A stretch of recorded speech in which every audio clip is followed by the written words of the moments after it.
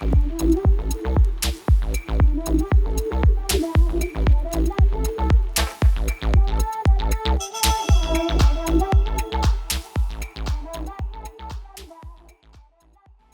is Tony Cooper, and I'm just sitting down.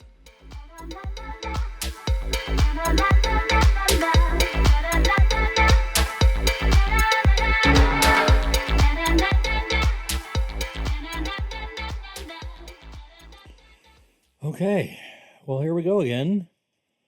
Listen, for this one, this is more of a pre-interview, a pre-interview missive, something for me to tell you, if you will, what's coming.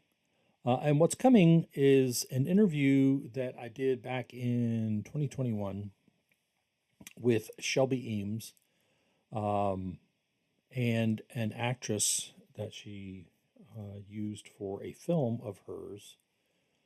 And her name is Nagisa, and she's formally introduced in the interview. The objective of this particular segment of this podcast, which is also going to be on the YouTube channel, is to tell you a little bit about what happened, kind of a preview of what you're to expect. The entire interview actually lasted just over an hour, but because of some sound issues and maybe a camera issue or two, we had to do a lot of chopping. Also, the recorded side for my part of the interview did not go as planned, and as a result, I had to recreate some of the question making.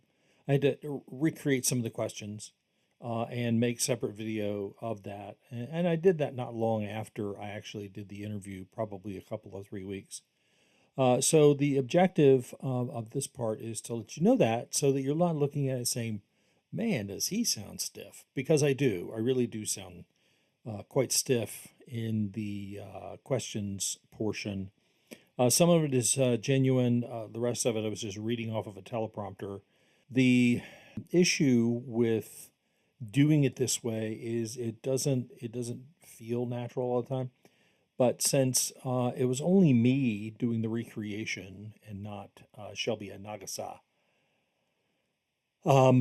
what transpired is partial real time and partial recorded later. Just so you know, I like to try to be as honest as possible with you. So I want you to know that this was recorded, both parts were recorded separately. So without further ado, I'm just going to get straight to it and let you watch everything and introduction to this wonderful film by Shelby Eames. There's more information about it in the interview. See you on the other side. So not too long ago, I had the distinguished opportunity to talk with an old friend and to get some insight from her and an actress that she has been working with on a film that she made. And I want to go back to the interview, which was not too long ago, just a few weeks now, prior to her release of this particular film. And she divulged a lot of things I think that most people would expect about the direction of a movie, the production, all that stuff. But some other things about herself in something of a more personally revealing interview having to do with the film and with inspirations for it and so on and so forth. So with that, I'm going to bring you to the interview. Please understand the conditions under which this interview were done is that she was located in her flat in London, England, and it was being recorded professionally on a pro camera with a microphone that picked up a lot more than just the voices that you hear. And one of the things that I found only slightly distracting, at least initially, is there's some ambient noise. They closed a window.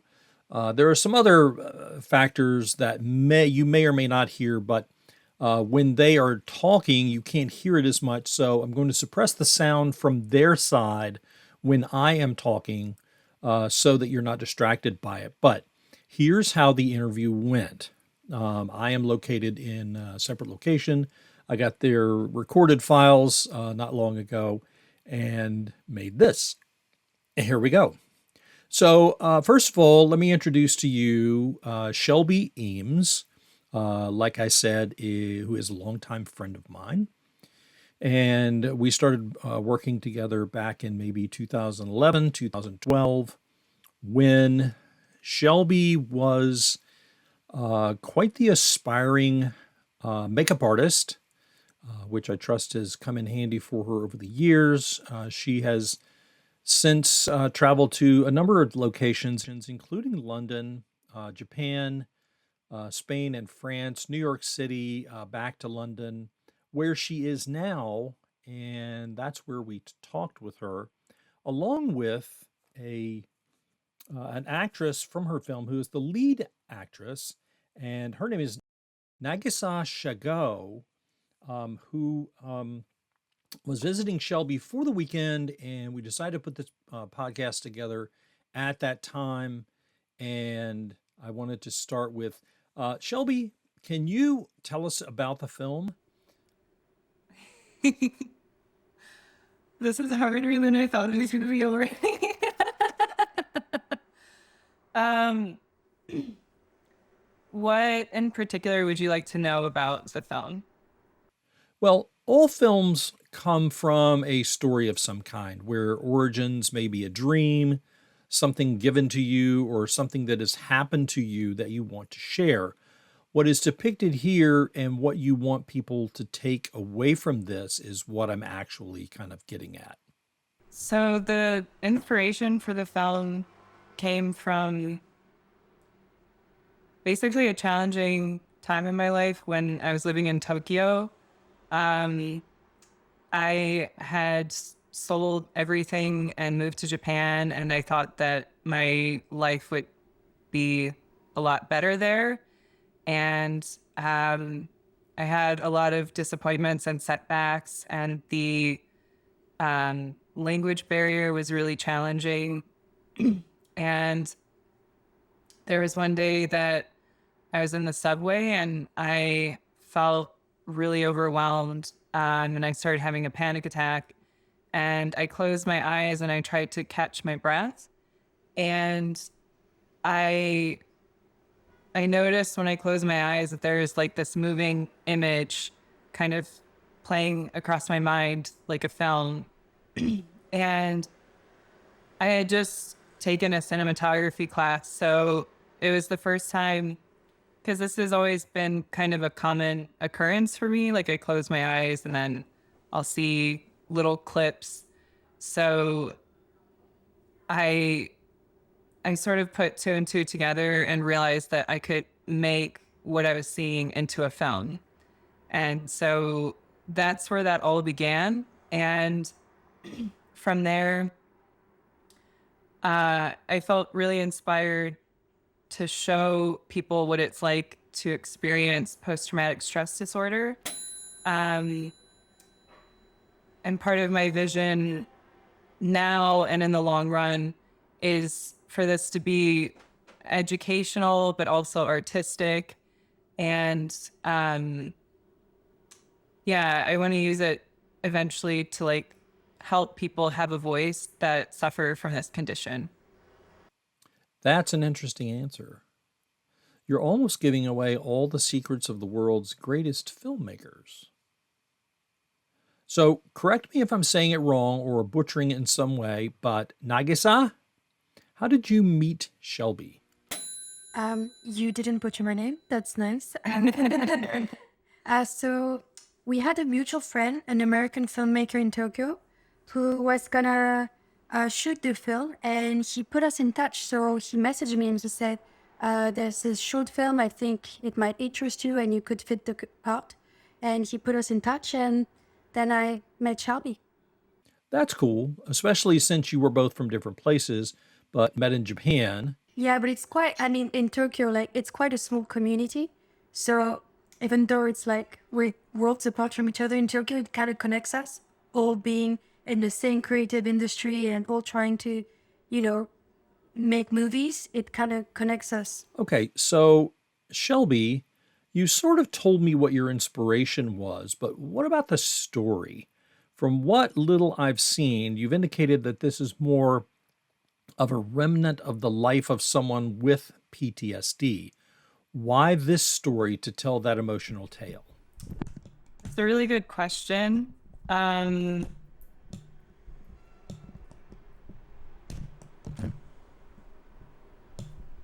I think my answer might be a little bit circuitous and exploratory, because I don't have like a pat answer.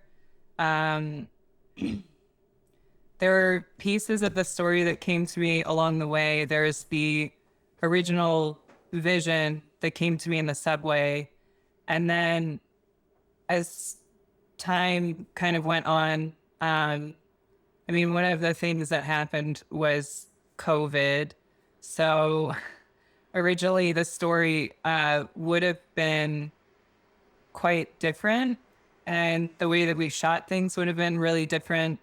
Um, Initially, I wanted this concept of Unsaid to be like the lead actress was completely faceless and without a name. Um, so everything would be shot from behind. And then I sort of decided that wasn't a risk that I wanted to take. Because obviously we want to see like full facial expressions and everything.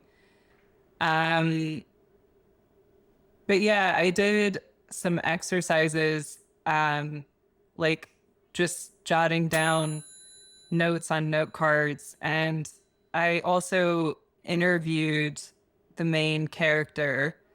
Um, and that was really interesting because after that, I really felt like I knew these characters. Um, and I imagine that they're like some part of my psyche, but they felt like living and breathing to me. So I feel like I don't have like a straight answer for that, but it was kind of like, um, and I feel a little bit like a tool in saying this, but I also watched a lot of videos by David Lynch, and he said that when you have an idea, don't have an attachment to the outcome, just let the idea live and breathe and have a life of its own. Um, so I essentially allowed the idea and the characters to tell me who they were and where they wanted the story to go. Um, I think probably if I sat down with a psychoanalyst or somebody, they would say that I'm like very disturbed, or that I've, got some unresolved issues. But yeah, that's essentially it. You hit the nail right on the head. And that when we sit down with the psychoanalyst, that we end up telling way more than anyone expected. And they're going, does this guy need some additional therapy, perhaps medication? Oh my goodness. Nagisa, what did you think about this project initially? So when I read the script, I thought it was really dreamy. Like, there were not many dialogues, so I thought this could be interesting. Obviously, there'd be like a lot of directing from the director, and I was really interested. I had never done anything like that that would talk about PTSD and anxiety, and so I was really drawn to the project. And I thought, that there'd be lots to work with once on set. So I was really excited. Sounds like it. So many possibilities for anyone, especially for someone who's at the beginning of their career. Now, I realize that Nagisa is hardly a beginner, but something that is fascinating to me is that she is early in her career, which is like the first 15 years, let's say. Seasoned would be more like 50, I guess. So, Shelby, did you learn anything during this movie, and what was it? So many things. Yeah, different stratospheres. I mean, on a personal level, I learned so many things about myself and about life. Obviously, I learned a lot about filmmaking, directing, writing, acting, not acting. A little bit about acting in a way, though, because I felt like it was important to empathize with the actors. So I ended up taking some acting classes too. Um, yeah. Which pot do you want me to delve into? I think we're going to get to that in a minute. If you don't learn something from every project you do, then you're probably doing it wrong. Am I right? Yeah. Nagisa, what elements drew you more to the character you played? I really related to the character because I also experienced some, not PTSD, but some form of trauma when I was a teenager. And the character had a lot of similarities with me. So that's why when I met Shelby, it was really strange because we instantly connected. Like, even though it was the first time we met, there was no barriers between us, which was kind of scary. So I thought, this is so strange. This person is going to be my friend and we're going to work on this film. And the character just felt like a reflection of me as well. And I thought, okay, I'm not going to play myself, but I'm going to use elements of myself that I share with this character to create this character that Shelby has written. That's pretty cool. Yeah. It's great when you can use a little bit of who you are because it peels back a layer for the audience who may be asking, who is this person really? Okay, so Shelby, how did you find your casting crew? It was almost as easy as that, which I hate to say because I see how much other directors go through for casting. I Yeah, I know some directors in London, and one, for instance, it's like, anyways, um, yeah, no, it was very simple. I think I was really fortunate because, um, like Nagisa said, the network is really small in Tokyo. So there's certain people that just stand out in that network. And the cinematographer, James Honeycutt, was really instrumental in bringing the project together. Um, there's just a lot of aspects where it was very synergistic. Um, we had this chemistry, he and I, where I pitched the project to him and I could tell he was really excited about it.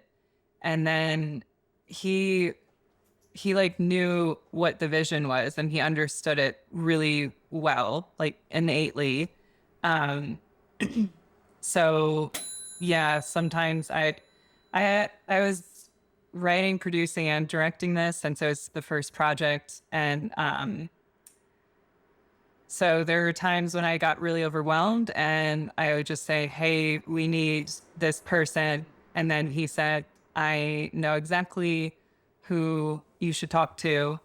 So it just worked out really, it's like smooth that way. Um, I love it when everyone just clicks. yeah. I also took some advice from David Lynch. I don't mean to fangirl about David Lynch so much, but he his casting process was that he would look at photos of actors and he would follow his instinct and intuition. And apparently he's never done like formal castings or auditions. He just kind of trusts his gut. Um, so in a similar sense, that was the process with this as well. That's very intriguing, especially the David Lynch reference. I don't think he screwed up casting anywhere just because you look at the character in a body of work of his, for example, and you think, that was such perfect casting. Nagisa, Who would you say is your biggest influence as a lead in this film? That's a difficult question. I'd say it's a mixture of a lot of people that I've met in my life, Shelby as well, because when we talked about the project, I instantly knew this was something that was based on her life. So you were also one of my influences, of course. I guess a bit of myself and people that I've met in my life that I could see parts of them in this character. So yeah, I'd say a mix of a lot of people in my life. That's great. That's just as an acceptable answer as if you were to say an ant on the wall, because you really could have said anything or anyone, and that becomes part of who you are. I've always believed that inspirations can come really from anything, especially if they can relate to the character or the circumstance that you're working toward. I can say that because I have always attributed my desire to be a creator through the influence of my mother, because she was always creating something, sewing, embroidering, whatever. That's really where mine came from. Shelby, what did you like best and least about the movie? Um, I can tell you what I like least right now. Well, you can tell me anything and then tell me later if you want me to include it in the podcast. Um, as much as it is exciting to learn and bring things together in post production, that has been a really big challenge for me.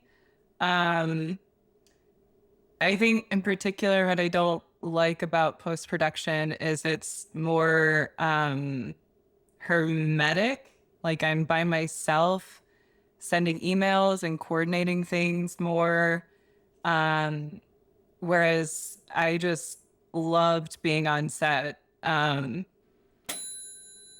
Yeah, like I felt so grateful to be on set. Um, and I had this energy and this drive, and it was all shared, this like shared energy and motivation and passion that we all had. And it made me feel like that's where I want to be every day for the rest of my life. Um, but the shooting is such a small part of the filmmaking process. And then it's like to the drawing board. And I've had to, I think in pre production, there's like a certain amount of courage involved in just trusting the creative process, trusting myself, trusting the crew. Uh, but it's been like a different kind of courage and like having faith in the process, in the post production that I find pretty challenging. Um, and now I'm finally gotten to the point where it's just, it's all kind of starting to line up. So that's been a good feeling. Yeah, that's all. That's a lot to unpack because in the filmmaking world, there's the pre production people at the beginning, the directorial segment in the middle, and the post production people at the end. You often straddle the line between any two. And trying to be all three is the recipe for disaster and would only get you into therapy a little bit faster than anything else. It sounds to me like you have straddled the best two because in post production, you get to finesse your precious footage from shooting segments and how it's being processed in the same vision that you saw when you were in direction. I feel like any good storyteller imparts what you want it to be when it gets into the editor's hands. So, Nagisa, looking back on your experience, what would you change about anything that you contributed? I don't think I'd want to change anything because for this short film, like I really gave all I had to give. Like the shoot was so intense and everybody was involved. But there are things that I wish I had done differently. Like, for example, the underwater scene, like I wasn't quite ready for it. Like I thought I would be ready, But when we started shooting it, I realized I definitely should have mentally prepared myself to, go underwater and act underwater, which was actually quite difficult to do because I had to still be in character and still also think about breathing and the fact that I was, underwater.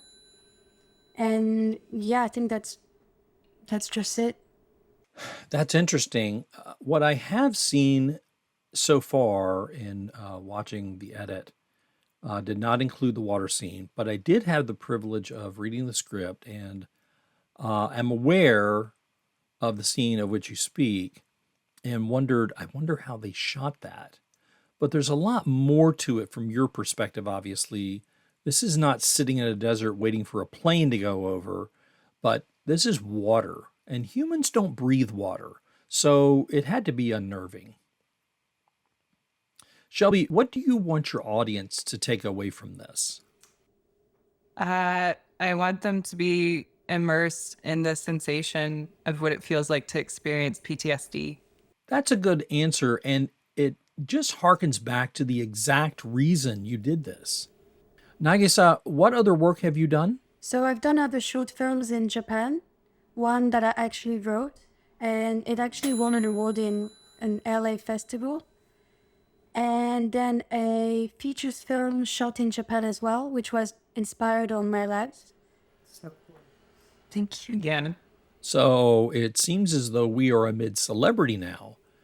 Take it where you can get it. Listen, once you get to a point where paparazzi are surrounding you at every moment of every day that you're in public, you're more worried about whether you're going to trip over something on the way to the car than you are about getting accolades. Shelby, are there elements of the film that you think you would want to change at this point? yes and no. Uh, I feel so before I did film, like growing up, I was always writing a lot. And I think with the writing process, it never feels like you have your final cut or your final edit. And I think it's the same thing with film, is what I've realized. So when you ask me things that I've learned, probably one of the most challenging, but also, I don't know what word I want to use, but like worthwhile lessons is that just like I have to let the idea breathe a life of its own, I have to kind of let the piece of art live the way that it's supposed to and just accept that like it's turned out how it has. Um, and I think so far, just with like, some of the private screenings I've had, not private screenings, but I've shown it to some people. I've realized it may have the impact, or part of the impact that I wanted, and even then some, because the feedback I often get is that it reminds people of different aspects of their own lives, and there's no shared experience. I think people watch it, and it's very personal to them. So that's been interesting to see. And yeah, I think now I just sort of trust that it's turned out the way that it was meant to be. And I don't know, people could hate it or love it or be indifferent about it. And I'm just really glad that I got to do this project and that, the cast and crew believed in the idea enough to take part of it, because when I was initially sitting down and putting all the pieces together, I mean, it's surreal now that I'm sitting in like a little studio slash my living room in London with Nagisa, and um, yeah, I just feel grateful that it's like gotten to this place, because it was sort of like, it was almost like I had it written on napkins, and I was just like, I don't know if this is ever going to be anything that's worth anything to anyone. I get that same feeling as a creator for over 40 years now, that I always want to look at anything I'm about to start and ask, am I going to be able to do this?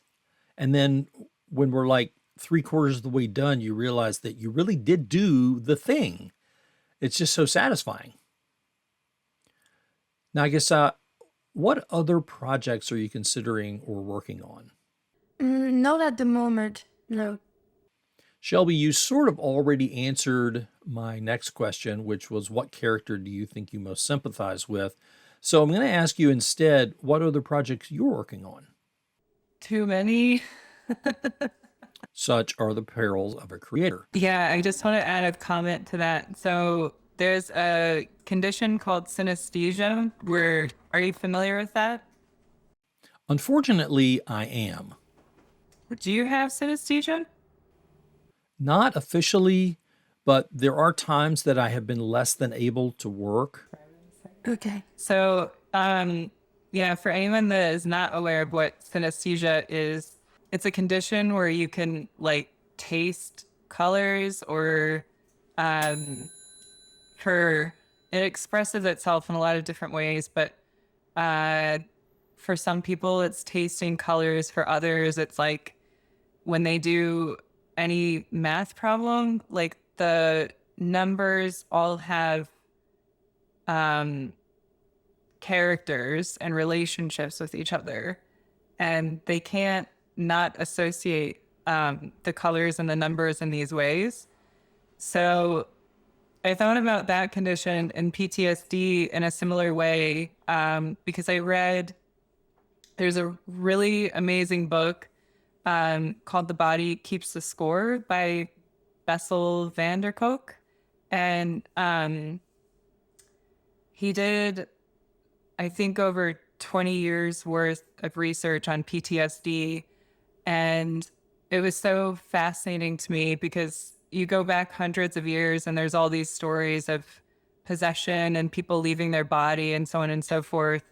But now with neuroscience, it's like we can track all of these conditions to a certain part of the brain. And for instance, in PTSD, I can't remember what part of the brain this stems from, but there's actually an aspect of it where it causes you to feel like you're leaving your body and having an out-of-body experience. And I guess, to be a little bit personal, that was part of the inspiration for the film, because I had some traumatic things happen to me, and I spent my entire life having out-of-body experiences. And sometimes it didn't really make a lot of sense. It could just be someone using a stern voice, and then all of a sudden, I would see a white light and I would be like lifted out of my body. And so I always had these certain beliefs built up around that to support that image. And then when I read that book, it was the first time I understood that there is something neurologically happening to me that was explained by the trauma. So that's a very specific example in the film where it's not expressed explicitly, but I created this imaginary condition called dissociative narcolepsy, where Ava, the lead character, she has flashbacks to her trauma, and then she falls asleep and leaves her body and enters this dark dream world. So it's all, yeah, it's all inspired by the science and by real life experience. And then I kind of morphed it into something that's sort of like the magic realism genre. That's both fascinating and scary. What other things do you think are important about this body of work that either of you want to impart among people? Is there anything else you want to see passed along to people before they see this so that they understand what they are seeing before they watch that? No, because I actually prefer people know less before they watch it. Um, if anything, I would want them to have a spark of curiosity um, that would lead them to learning more about PTSD once they've watched it. But I would rather them not know explicitly that that's what it's about before they see it. This has been great. Do you have anything else to add? Yeah, there is a project I'm hoping to shoot either next summer or next fall. And it's called Inward. And it's about this woman's spiritual journey inward after the apocalypse. Um, Everyone in the world dies at the same time. And it's, I want it to be an exploration of what it means to be human. So, inspired by my isolation in Japan.